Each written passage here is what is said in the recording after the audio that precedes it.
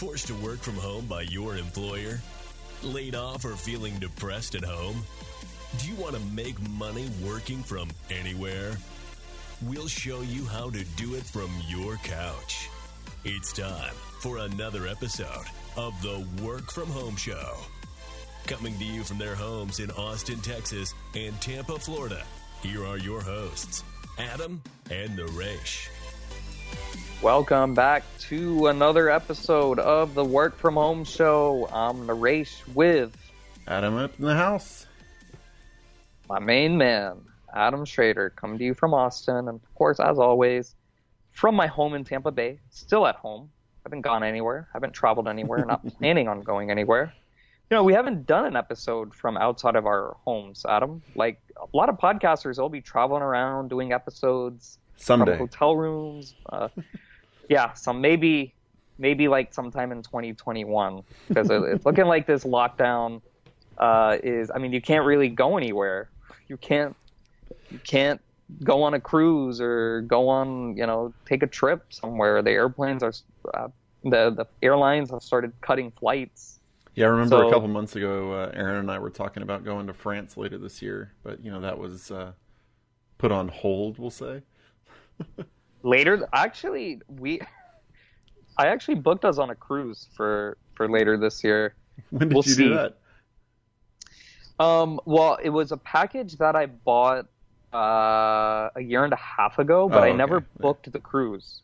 So it's like you buy the package, you buy like 50% of the package first, and then you pay the rest of the 50% after you book your dates. So I bought that pack, like the first 50% of the package, a year and a half ago after we got married, and then I told my wife, I said, you know what, people aren't traveling for the rest of the year, so if we want to take a cruise, normally cruises during holidays are very expensive. If you want to go right on now Labor they're Day, like $30 a day. Well, right now they're not even active. But you can buy them for like $30 or $40 a day. Yeah, Carnival just came out with a deal where it's $24 per person, not even per day. I think it's $24 round trip per person. And yeah, that's what they're and they announced that on August 1st they're gonna begin, because the CDC recommended guidelines said the ports should be closed until like July 24th. So that's the special that Carnival is running. And you have to remember, look, with the cruise, I've taken these free cruises before. You have to pay the tips, you have to pay the port fees, you have to pay the taxes, you have to get to the port, right? So you probably have to pay parking at the port. Then you go visit your destination. You might stay in a hotel. You might stay, or you might, if you're not staying there overnight, you might, eat out, buy a bunch of stuff. So cruises are not cheap, even if you're getting them for $24 per person round trip. But yeah, I did book a cruise. I did book the second half, or pay the second half of that. It is transferable, and I thought, let's go ahead and book it. And my wife was okay with it. Obviously, I checked with her, so we booked it for July 4th weekend, and I highly doubt they're going to be sailing out during that time. Right now, they're saying that they are. This is not Carnival. This is a different cruise line. So if they are, we'll do it. And it's going to be an interesting cruise travel, because we could legitimately be the only people on our side of the cabin. I was going to say, you might be the only, you might have a ship to yourself. Yeah. So that's what makes it interesting. Like I think the guideline says there would have to be less than like 200 people total on the cruise ship, which that would be a pretty empty cruise ship. And so we'll find out, but I have a feeling it's going to end up being moved, or they're going to cancel their July trips, and we might have to look at like New Year's or something. By then everything should be back up and running. So yeah, Adam, I don't know if you heard, but we've talked a lot of economics on this show, and I want to talk a little more economics today. We touched on kind of the bill that the Democrats are trying to pass to basically give people more free money, and employees at a hair salon. I actually heard about this from several. I have a friend who owns a hair salon. She had some problems with her employees, but this made national news. Employees at a hair salon were pissed at the owner because the owner paid their salaries to do nothing. And the employees were pissed. They were like angry. They wanted to quit. They wanted to get fired. Why do you think that would be, Adam? They wanted unemployment. Exactly. So working at a hair salon, I mean, these are probably people who get paid $10, $11 an hour at the most. And the boss thought she was being such a good Samaritan and saying, hey, I got this PPP loan, and so I'm going to pay your salaries. And she paid them, and they were pissed. They didn't want it. They didn't want to be paid because they would have gotten paid a lot more on unemployment plus their $1,200 stimulus. And if they had kids, then even more than that. Unemployment right now, I think they've standardized it. It's now like $600 a week for the special COVID unemployment. It's like $600 a week plus an extra $245 in the COVID unemployment. So that's $845 a week. And then you add another $1,200. Now that's not a monthly payment. That was a one-time thing, but I'm sure there's going to be a second round of that $1,200 within the next couple of months. I think definitely before election time. But yeah, I mean, they come out making anywhere from $4,000 to $5,000 a month. And here is their boss saying, hey, I'm trying to be nice to you. Here's your salary. And they were pissed, completely pissed. Apparently, I think video was taken. They had a Zoom call because she thought it was going to be great news. And she asked, get on Zoom. We can all celebrate. And they just ripped her apart. All the employees ripped her apart. Well, I mean, I don't know how. Yeah, it's a hard line to follow. I mean, I understand what they're upset about because they can't work, or they're getting paid not to work, and other people are getting unemployment. It's just some people are just going to be right there on the line, and it's hard. I mean, if they're potentially taking money. What did she pay the full salary? Yeah. So under the PPP, the idea is you're getting enough money from the government so that you can pay for 2.5 months worth of salary for your employees. So yeah, they got 2.5 months of salary for doing nothing. And believe me, they were not complaining because they couldn't work. That is not why they were complaining. And so this kind of new, I call it now the new abnormal. It's not the new normal. We keep hearing that term. This is the new abnormal. People are, and we talked about this on a previous episode, and it's humans. It's human nature. People hate working. They despise their jobs. That's why they listen to our show. And if they can make money, as we say, make money from your couch, if they can do that without even trying, just getting paid to do nothing, absolutely they'll do that. Absolutely. That's really the bulk. The bottom 80% of America, that's kind of their thought process when it comes to work. The people who are just chasing paycheck after paycheck, that's kind of how they operate. And there's nothing you or I could do about that. Well, I mean, we've created a situation where people feel like they're stuck as part of the problem.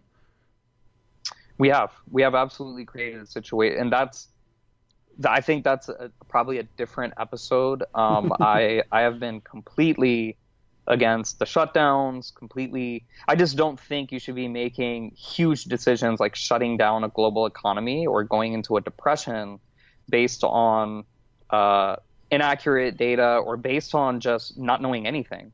And that's just from the start. I was like, wait, we're shutting down our global economy because we don't know something, we've never heard of something, so this is the response that we're going to take. And but look, I've talked before about the background, the politics. I get there's a lot that we don't know right now as far as the politics of this, and I'm sure we will find out over the rest of our lives. There's more to it than a few data samples from China. Let's put it that way.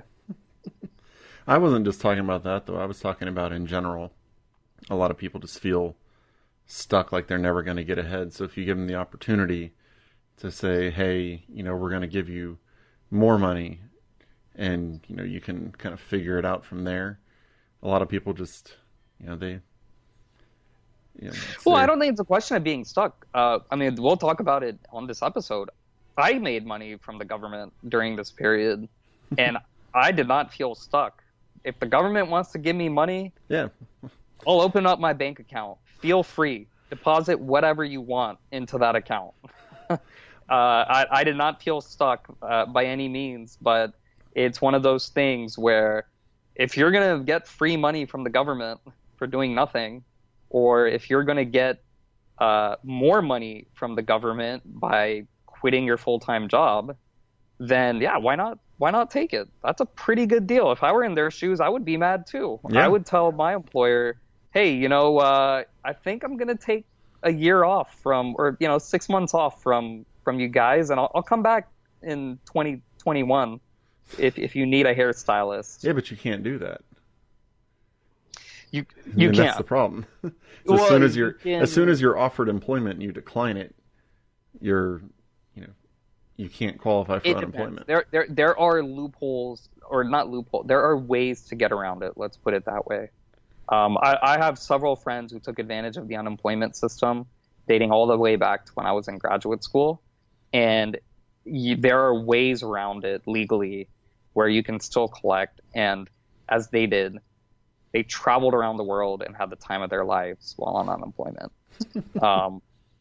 In fact, when I was in graduate school, it was funny because some of the people who were on unemployment, they came in and they're like, why would I want to get a job? Like, unemployment it was the best time of my life. It was like so dope. Like, I went to this country and this country and this country, and I had to fill out it took me like 2 minutes to fill out a paper online saying that I was trying to find a job. Oh yeah, proving you're looking for a job is laughable. And all you really have to do, people, is apply for jobs you're way overqualified for, and you'll never get a call back.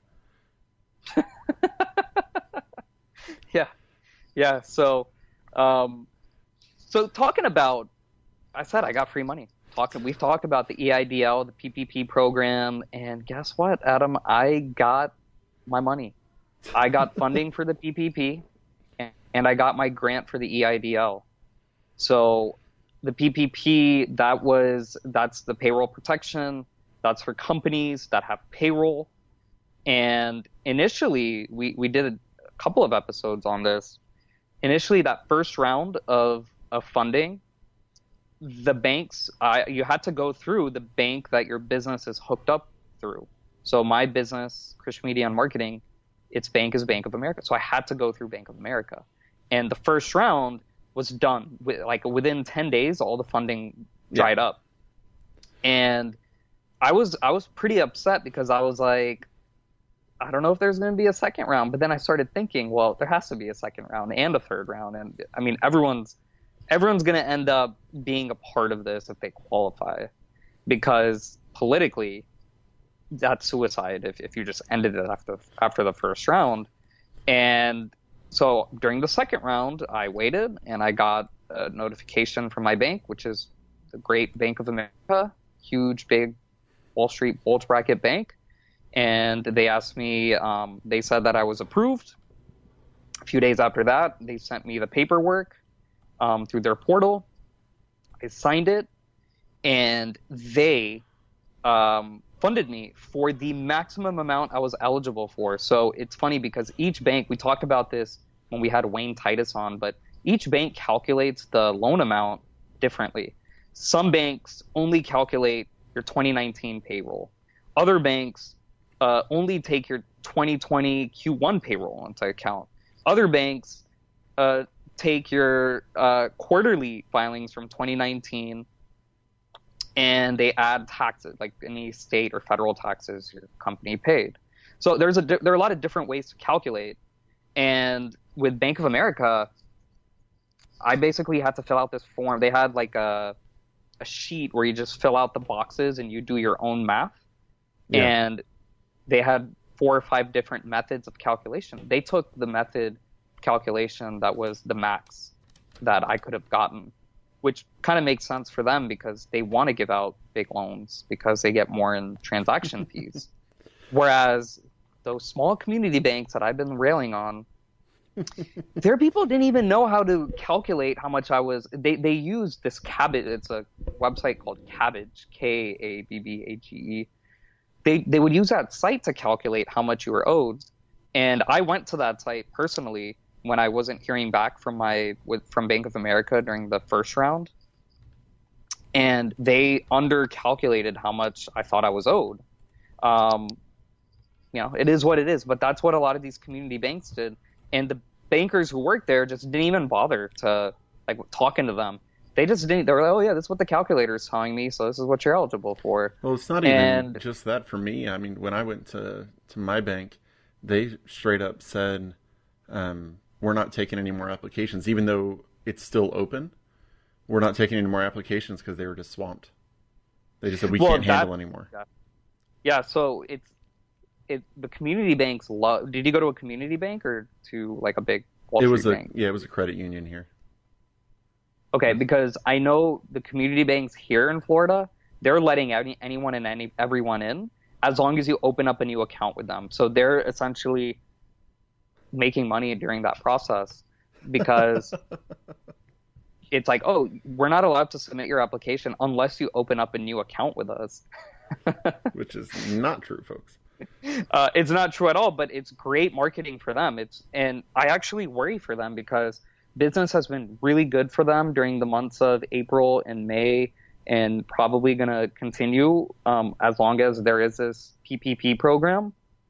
It's going to be good, but after all this stimulus and all these programs are done, again, I don't know how these banks are going to support. They're going to go right back to, well, first off, they're starting to close their accounts. They are, because the people aren't going to be using those accounts, and they might close their accounts. But on top of that, now, because there are now community banks that have gone remote. I don't want to say they've gone virtual. There's a difference between going virtual versus going remote. So they've gone remote in that their bankers are now working from home, but their business model has not adapted to going virtual and doing virtual banking. And so that's where, as a consumer, it's like, okay, now you're the same as Synchrony and all these other online banks that are giving 1.5% interest on savings accounts, 2% interest on CDs, and $100 for signing up. And these community banks, they've gone remote, but not virtual, and they can't offer any of that. They're still offering extremely low, 0.25%. Yeah. Savings rates, 0.3% CDs, and no money for signing up. And so, good for the local community banks, in that they've gotten new accounts, they've gotten new clients, because it is true. You go through a community bank, you will get the money faster. You will get approved faster. They have way fewer applications. They only have a few thousand applications. These are small local banks. They only have a few thousand applications to process. And so they can advocate for you. But as I learned, the drawback was, yeah, you get your money quicker, but you get less of it because they're not calculating it properly, or maybe that's on purpose, compared to the Wall Street banks, who are trying to give you as much money as possible. And I know personally, there are even Wall Street banks that have turned away people. So Wells Fargo, for example, Wells Fargo they were open for 2 days during that first round of PPP funding, and they shut off applications after that because they said that not only did they get too many, but they were pretty sure that the amount of money they were given by the government was going to run out. So even the big banks are turning away customers and clients. Yeah, my bank just said straight up, we're not doing it. Go to PayPal, tell them to do it. So that's what I did. Yeah, and PayPal. I mean, we'll see what happens. PayPal's been a problem with some people who I know also who have been clients for a while, and I don't know what you're going to get out of PayPal. I heard Kabbage, Kabbage, is a place because they basically aggregate, they like dogpile aggregate a bunch of banks that they have relationships with. So you submit an application through Kabbage, and then they spit out that application to, tens of banks around the world. And then one of them will hopefully get into contact with you and be like, hey, we'll take you on. But I also know people who went through Kabbage and they weren't happy either. They either didn't get a response back or they felt like they got underfunded. Yeah. But yeah, I got my money. Are you stuck once you start with one? Do you know? What do you mean? Like did you apply through a credit union and then also through Wells Fargo, or how'd you work it? No, Bank of America was my bank. Oh, sorry. Bank of America. Yeah, so you are allowed to apply as many places as you want. Yeah. What happens is, because your business is, you have to submit your EIN number that each business has. Right. So you can, let's say you submit it to 10 different banks, and one of the banks submits your application to the SBA. What's going to happen is the SBA gets it, they assign your EIN number to a loan number. Yeah. And so through, like it says, okay, this application came from Bank of America. Here's the EIN that's assigned to the application. And then they have a loan number that's assigned to that file. So Bank of America basically won that application. Yeah. And so all the other applications that you fill out, even if they submit it, automatically the SBA just rejects them because they've already assigned to that first bank. Yeah. It's not fraud or anything. Now, what would be fraud is if, and I'm not really sure how these people pulled it off, because I hear about these stories of people who committed fraud. But some of it is businesses that are not active. So if you still have an EIN and really, I think it's the bank's fault. They didn't do their due diligence in checking the 2019 tax returns and seeing, hey, like, you made $0 in 2019, like, you're not eligible. I feel like a lot of it is the banks. Like, how do you get approved for such a loan, But there is fraud going around where people are basically taking old EIN numbers, old businesses that may have shut down 2 or 3 years ago, and getting funding through that. Interesting. Yeah. So I got my money from the PPP, and so the final verdict is Wall Street still rules. Wall Street is still the way to go. Yeah. That's not going to change. The small local community banks, they work hard, they'll get the job done, but they just can't compete. They can't compete. The big banks, they've got the money, and that's who you want. I don't care, because I had people telling me, I'm happy with my loan from the small bank. At least I got funded. You haven't gotten funded. I got my money. And then once I got my money, I came back and was like, I got twice what I would have gotten. You would have gotten twice had you stayed with that Wall Street bank. So yeah, we got our money, but I got a lot more than what you were than what you got. And part of it is you have to understand, again, the politics of it. So people were afraid, they're going to run out. The government's going to run out of money during that first round. I need to go to the community bank and hurry up and get my cash. I need to get whatever something. I can get. Whereas I was along the lines of, I already know that. I understand the politics. The government's going to keep passing bills until every person who's eligible is going to get their money. If I don't get it this second time around, I'm going to get it the third time. And there is going to be a third time. So, that's kind of why I think that's kind of why I succeeded. And I'm happy I stuck with Bank of America and didn't switch to the community bank. As far as the EIDL goes, so the EIDL, this is the Economic Disaster Relief Loan, and it's actually a grant. So it was just a straight up, that was for my LLC that manages my real estate properties, and they didn't even tell me. They just went ahead and transferred money into my bank account. Like, I got no email, no nothing. Like, you've been approved. No, nothing. Money just showed up in my bank account one morning, and I was like, oh, cool. All right, I'll take it. So yeah, that came through. And, all this, I was happy after I got all this funding, because I was like, man, I did work pretty hard. We're doing an entire episode on this, so I worked hard. I learned a lot during the process.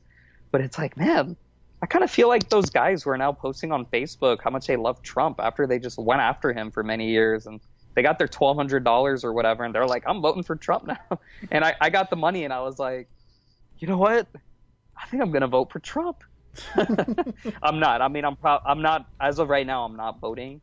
But I think a lot of people in this country are kind of thinking that way.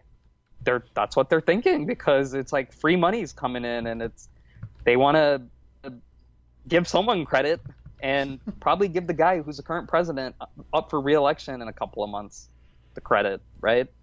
It's a strange year.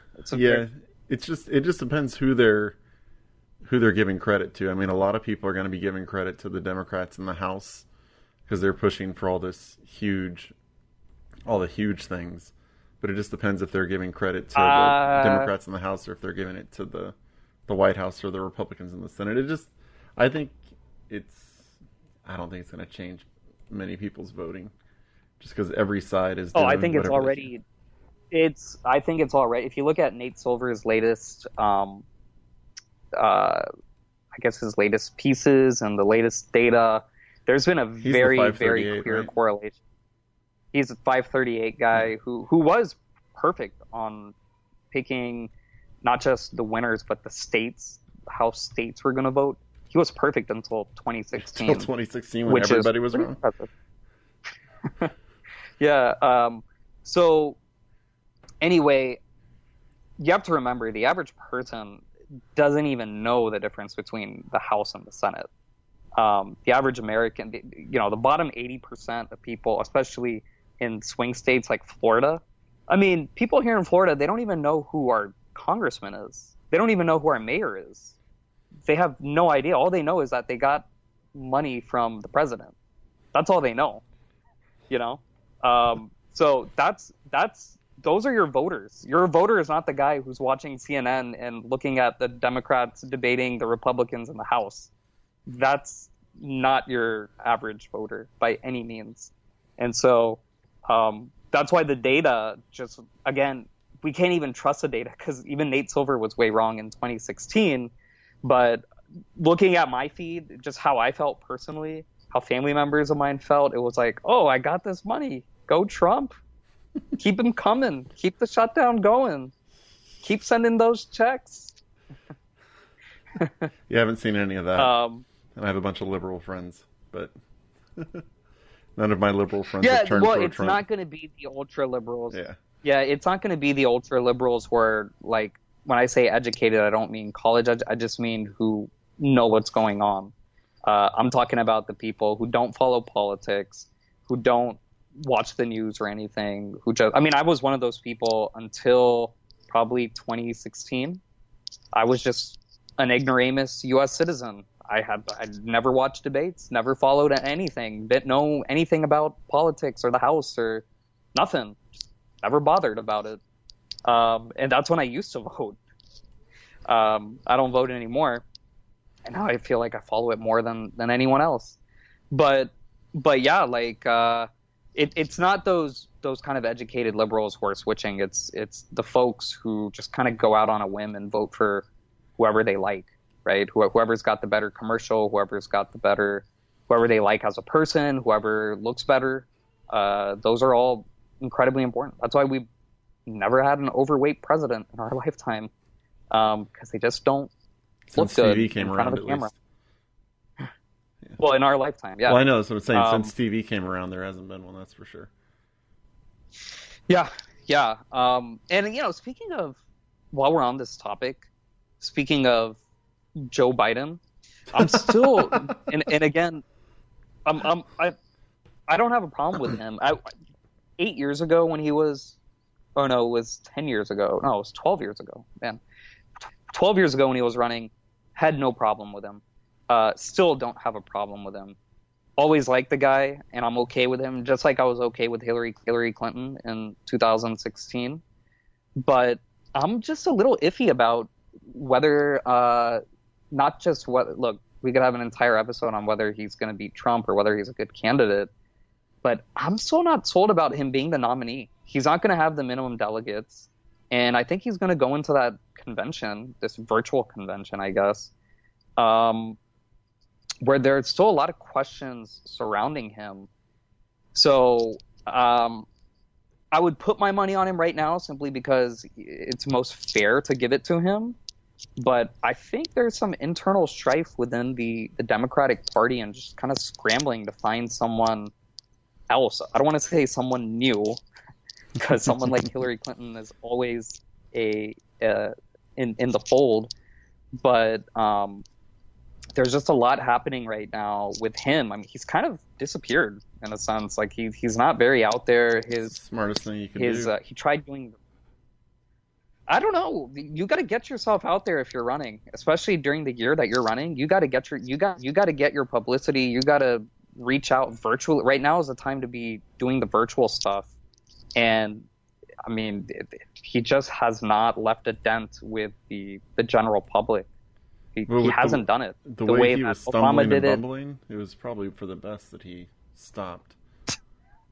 Well, that's what I'm saying, where the stumbling and bumbling is an issue, and I think that'll be exposed in the debates. But some of the other things surrounding him with, the assault thing, look, I think I've got opinions about that, and let's just say I think it's hogwash, and I think it's irrelevant. But hey, a lot of the public does not think that at all.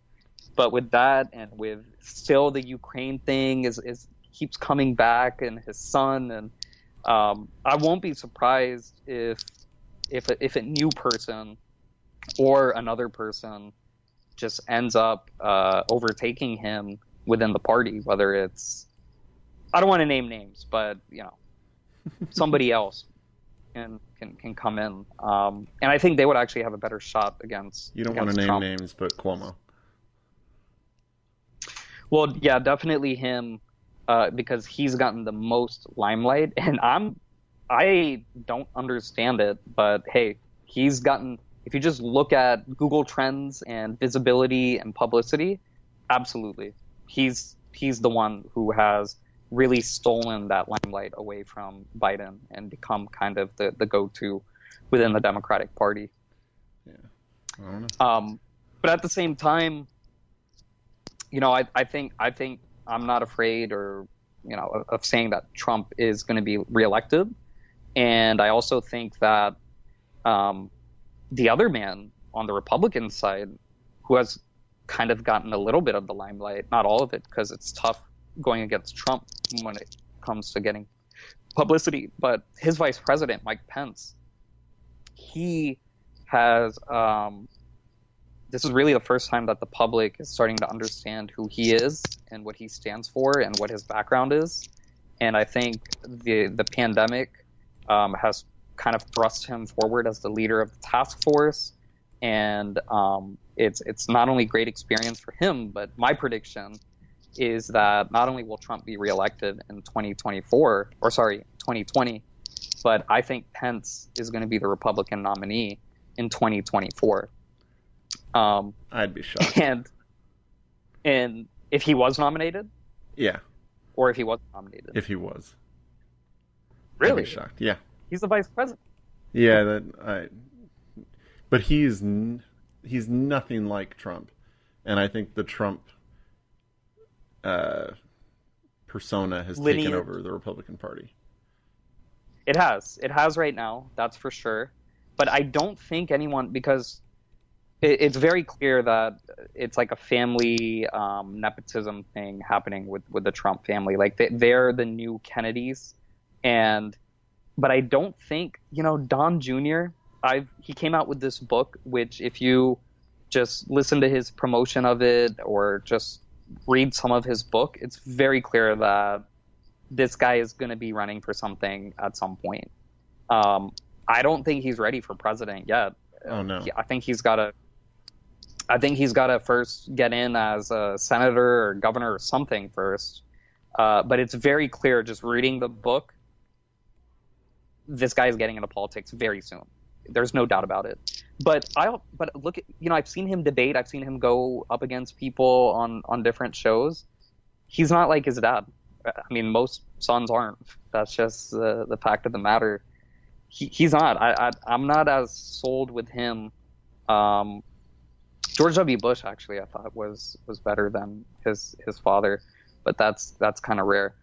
But in the case of Don Jr., I don't see it. But his daughter, Ivanka, I think she would actually be a very strong political candidate. Again, not soon, though. Down the road. I just don't think any of them are ready in 2024. That's why Pence is like the most ready person. And this whole coronavirus task force has kind of groomed him and exposed him to the public in a new light. And on top of that, he doesn't shake hands or do meetings with women alone. So that's, all the flack Joe Biden's getting. Mike Pence doesn't have to worry about that. His is almost a problem in and of itself. Well, it is. When I first heard about it, first I was like, this is really weird and strange. And then once the whole Me Too thing came out, then I was like, wow, this guy is actually, he's covered his tracks quite well over the last 50 years of not shaking hands with women or being in private meetings, political meetings with them. He always has somebody with him, whether it's his wife or like his lieutenant or like the Secretary of State. He doesn't do meetings with women. He refuses to do it. And in today's political environment, it's actually kind of smart. But going back to, I got to share this is a new tip and strategy that definitely came in handy for me. I was having problems, like I said, with getting my loans, and all the lines were full. All the banks, all the SBA, you couldn't get through on the phone. So I got desperate, and I was like, you know what?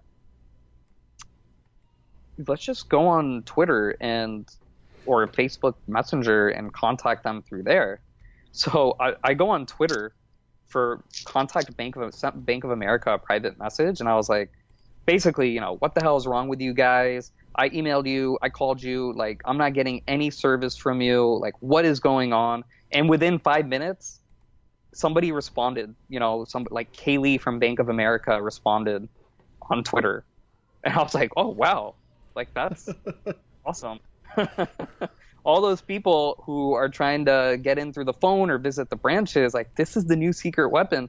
And I started thinking, because I have friends who run social media for some of these big corporations, and they're all in their 20s, like fresh college grads, or they got hired fresh out of college in their 20s. And so they're very young and hungry, and they go to like social media conferences and stay up to date, and they're not lazy. So that is the best way to get in touch with customer service departments. Go on Twitter and send them direct messages, or go on Facebook Messenger, send them direct messages, because you don't have to deal with the bureaucracy of going up the chain. It goes directly to that social media manager, who's probably some like 25-year-old woman, and she'll get back to you immediately. And so I love Taco Bell. I think our listeners know that. And they overcharged me for 2 Doritos tacos the other day. And I took the bag, left, came home, and then I realized, oh, they overcharged me by 2 Doritos tacos. Like, what should I do? Should I go back and complain to them? I went on Twitter, sent them a tweet, and the next day they responded back, and they asked me for my home address.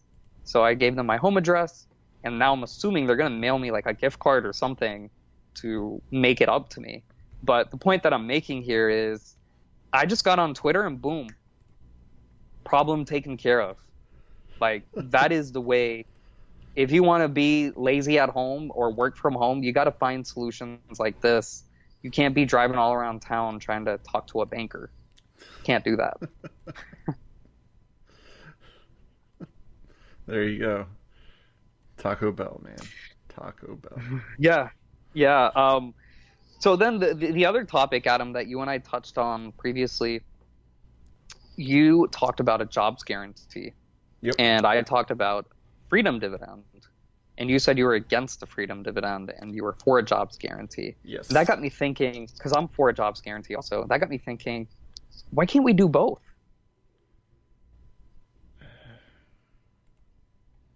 I don't know. I mean, if you have the jobs guarantee, there's no need for it. Is the big thing.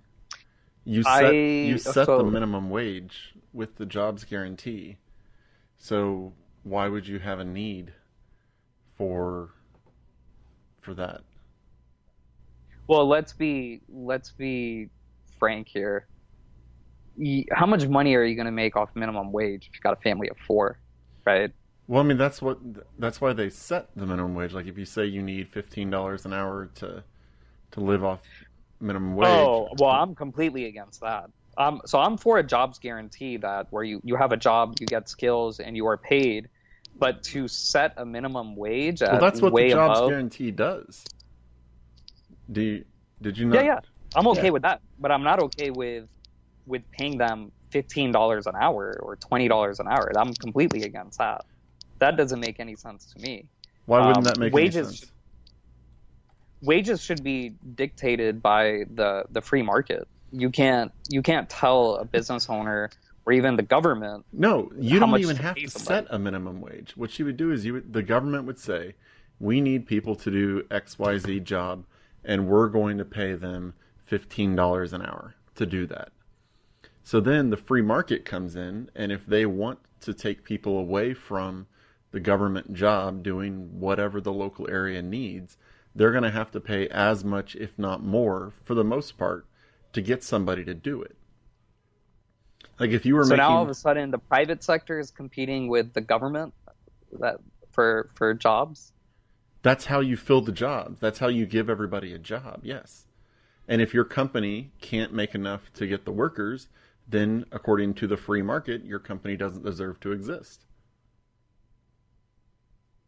Well, the issue, so basically the guy working at Taco Bell, he's not even paid $10 an hour.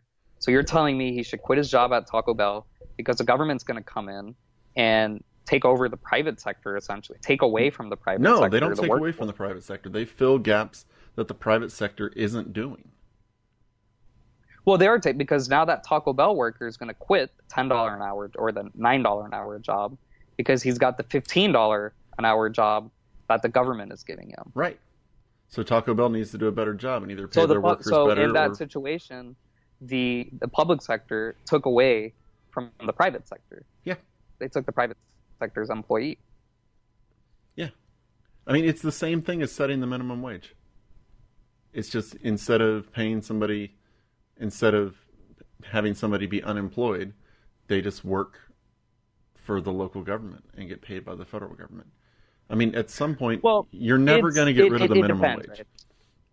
So you can say, maybe you even want to keep the minimum wage at $7.75 or $8 or whatever it is right now. Then you just work for the government at $8 an hour. And right now, the private sector is paying people more than at least the minimum wage to get them to work. But the only way you can eliminate the unemployment pool completely is to have the federal government come in and backstop jobs for people who don't have jobs. Yeah, so I kind of agree with that. So on paper, it sounds bad because we might think that we're talking about minimum wage jobs here, right? There's a big difference between working for the government and working at Taco Bell making Doritos tacos. So there's a very, very big difference. And so the average government job is not $15. It's actually probably $20 an hour. So if we want to set basically basically what you're saying is that we would set a minimum wage within the government sector of $15 an hour. That's essentially what you're saying. And so we're not talking about paying people to be cashiers or, pick up garbage bags around you would ask the city. Each local community. These are like legitimate jobs. Yeah, you would say like to the local government what needs to be done, and they'll say, I don't know, whatever, picking up trash on the side of the road or whatever problem the local area has that the private sector is not filling. And they'll say, okay, we're going to pay people. I'll just keep using $15 an hour because that's what most people are advocating right now. We're going to pay people $15 an hour to pick up trash along the side of the road. They'll say, all right, so if you get fired from Krish Media and Marketing and you're unemployed, there is no unemployment to apply for. The only thing you can do is you go to the government and you say, I want a job. Not I want unemployment. It's I want a job. And then they'll say, okay, well, here's our list of jobs. You can pick up trash on the side of the road. You can do this, do that, do the other. We're going to pay you $15 an hour. Okay. So now if picking up trash on the side of the road becomes a viable job option and private sector sees I can make money doing that, they can come in and offer people $16 an hour to come in and do that job. Obviously picking up trash on the side of the road, probably not going to be taken over by the private sector, but work with the example. And so then, the government would set the minimum wage and the private sector could see if it was a viable thing. They could come in and do it for a higher price if they can make the public pay. Yeah, I think that makes sense. I just wonder, like in today's climate, right, as of this recording, we crossed 40 million jobless claims, right? Or by the time this episode airs, 40 million jobless claims. So do you really think that all the governments around the country, municipal governments, state governments, federal governments, towns, they have enough to fill 40 million spots? Yeah. Or they have enough spots for 40 million people? Yeah, I do. There's always things that need to be done around society. 40 million people? Yeah. I worked at some very large corporations, and I thought back when I was at JP Morgan, I thought 200,000 employees was like out of this world. I was like, that is way too many employees. Now we're talking 40 million, like the average, like the city of Tampa, when I went through their leadership program, the entire city of Tampa had less than 1,000 employees total. And that's including, the interns, the garbage collectors, the people who do who set up your electricity, the code enforcement people who are just driving around trying to find people who are violating codes. I mean, that's including everyone.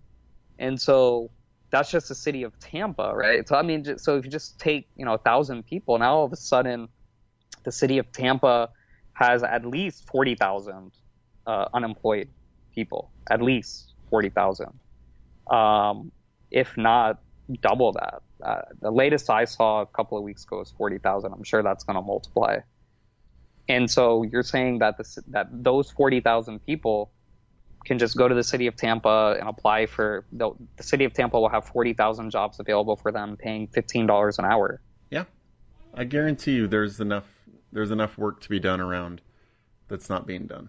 Well, if there is work to be done, then absolutely go for it. Like if there's work to be done, then that's at least productive. But if it's a FDR type of program where there is no work to be done and you just hire people to dig holes and then undig those holes, then I don't really see the point in that.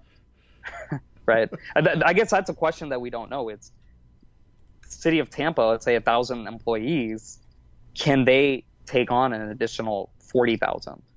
That's really the question that maybe I should contact my contacts in City Hall and ask them. Maybe they would know. But I mean, they're also not going to think they can do it until they have to do it. People figure out ways. Yeah, well, I like the idea. Definitely like it. I'm just not sure if you can, if you can fill, that many jobs. without just saying, hey, you know what, we have no more work to do, just take your unemployment or whatever, right? And again, look, I'm for helping people if it can be paid for and if it's productive. And in the case of the freedom dividend, I think you can still do both, because freedom dividend would take away other entitlements. So you would save money on Social Security, Medicare, Medicaid, the welfare programs. You would save money in those areas, and you're paying for it through a VAT, which the United States does not have now. You're not paying for it through income tax or, you know, any other nonsensical approach. So that's why I was like, well, this makes a lot of sense. And then in the case of the jobs guarantee, that's great because it's productive. People are being productive members of society. I think that's always a good thing. Assuming that there are, you know, those jobs available for people, yeah, go for it. Why not just combine it both? Everyone can be happy. I don't agree with the universal just giving basic people income. money. Yeah, I don't. Or the other thing that it's not really it's a freedom. It's a little different from a universal basic income. But the other thing is that I think there should be incentives for people to do good things and to encourage certain behaviors. And those incentives can come in the form of a dividend, right? Not just a tax break, but like a dividend. And so one of those things, for example, that one of my kooky ideas is I think couples should stay together, especially if they have a family. So already, if you have kids, like, you get tax benefits, right? Well, I think the government should encourage people to, like, do marriage counseling every year. And if you do, you know, just 1 or 2 sessions a year, you are eligible for this dividend, and it's paid for by the government, or it's like fully forgiven by the government. And if you're married like a certain number of years, let's say, you know, for example, 20 years, well, you're eligible for X amount of dollars per year as a dividend once you reach that benchmark. And then you hit 30 years, then you get like a little raise in your dividend for being married that long. That's just an example. And there are other, not just marriage, but there are other things that I think are good for society. It's not just I believe the success of a society is as strong as the family and the family culture. But like education can be another thing. I just believe that doing good, you should be rewarded for doing good. You should not be punished for doing good. You know, you should not be punished for creating jobs, giving people jobs, for you know, creating value. You should be rewarded for it. And so that's just kind of where I come from in that sense, because I think that will only improve society. It will improve socioeconomics. It'll improve the economy. So that money that the government would have to spend, you know, that $200 that it would have to refund back for attending those marriage counseling sessions is money well spent. Yeah, it's an idea. I don't know how it would work, but it might be something worth giving a shot.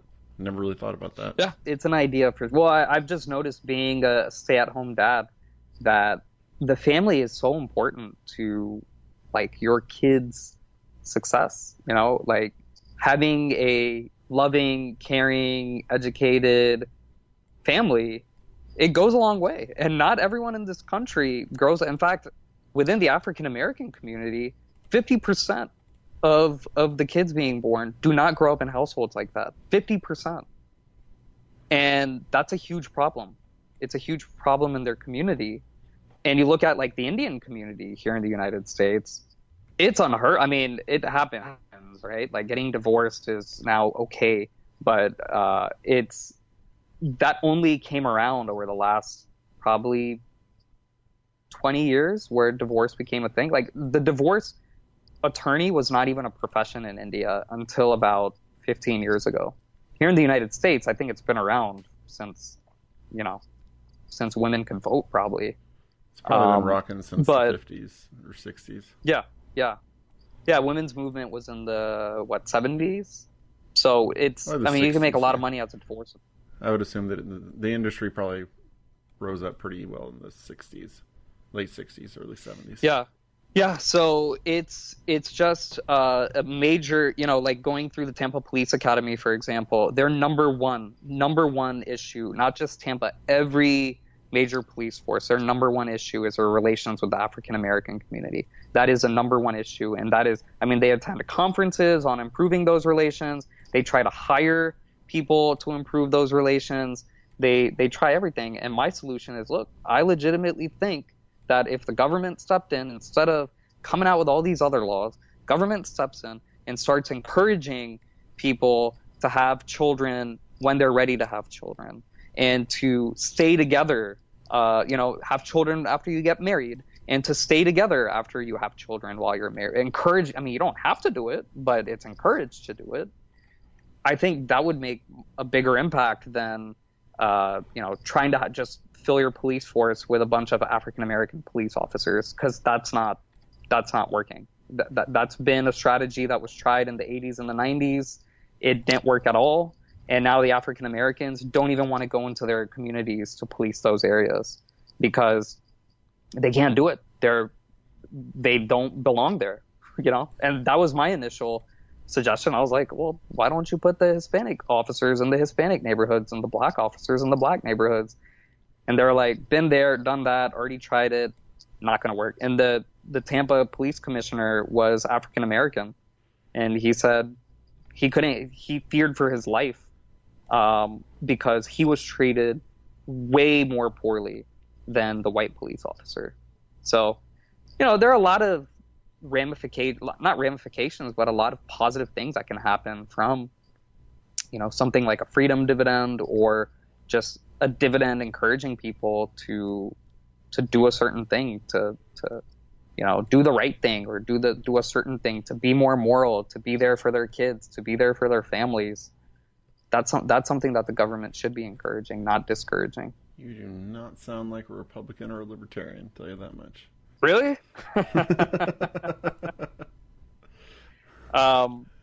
Yeah, probably not. So, Adam, any final thoughts on the PPP or politics or Twitter, Taco Bell, EIDL, Twitter, the bane of humanity. No, yeah, no final thoughts. No, I think we've covered pretty much everything, and the kitchen sink. Yeah, I think so. Also, just want to let our listeners know, workfromhomeshow.com, www.workfromhomeshow.com. Check us out there. You'll find everything that you need to know about all our previous episodes, getting all our free goodies, my free books, 50 Shades of Marketing, a few others. hello@workfromhomeshow.com, hello@workfromhomeshow.com. If you have any questions, want to reach out to us. If you were offended by anything that I said, if you like the freedom dividend over the jobs guarantee, or you like both like I do, have any opinions, reach out to us. Maybe we'll get you on our show if you reach out to us. If you can send us a good, coherent email. It's been done. Maybe we'll bring you on as a guest. It's been done. We're going to be, if we haven't published that episode yet with Luke, we will be soon. So any questions at all, again, hello@workfromhomeshow.com. We thank all 18 of you for listening. Really appreciate it. You've stuck with us from thick and thin. All our homies, homeboys, homegirls, home trans. Until next time, keep on working from home.